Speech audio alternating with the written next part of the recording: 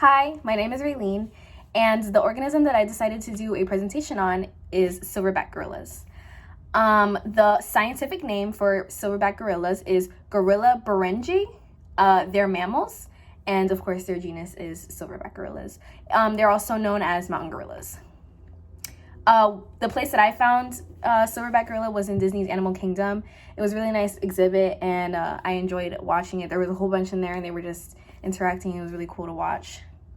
Silverback gorilla's natural habitat is usually in tropical forests. The temperatures are usually around 23 degrees Celsius. Gorillas have adapted a lot. Some of their key adaptations have been opposable thumbs to hunt and gather their food. They also have arm muscles to climb up trees and for self-defense. And they have knuckles for self-defense and walking because they walk on all fours. Their life cycle is very similar to a human, as they're really close. Species. They reproduce sexually, and they stay in their mother's stomach for a gestational period of 9 months. The male sperm meets the female egg, and then the female is pregnant and carries the baby for 9 months. Of course, once the mother gives birth, it's a baby, it's an infant, grows up to be a juvenile, then is a full-grown adult. Usually the babies cling on to their moms and need them to feed them and for support for about 2 to 3 years. Then they're more on their own. Female silverback gorillas are actually not sexually mature or active until they're about 10 years old, while males are not sexually mature until they're 15 to 20 years old. I found that pretty interesting. Some really cool facts about these gorillas are that the males are usually the dominant ones of their groups. And their small groups are called troops or bands. And it's kind of like a little family, so I thought that was really sweet. And they all like to sleep cuddled up together. They sleep in nests, which I found really cool.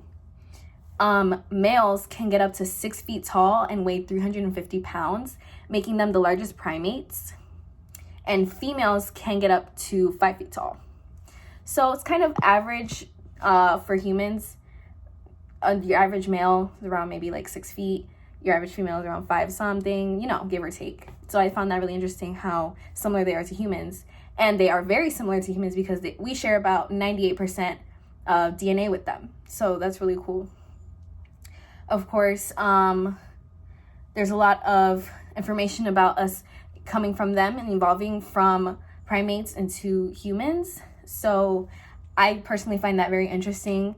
I think that it's probably true, seeing as how much DNA we share with them and how similar they are to us, down to like maybe facial structure, cranial structure, their hands, their feet. It's just really interesting. And I feel like, how could you not think that we came from them? We're so similar.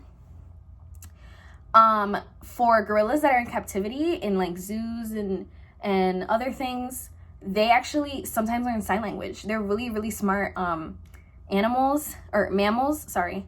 They're really smart, and they can build tools, and they have various ways of communicating within each other, but some of them are trained to learn sign language, which I thought was really fun.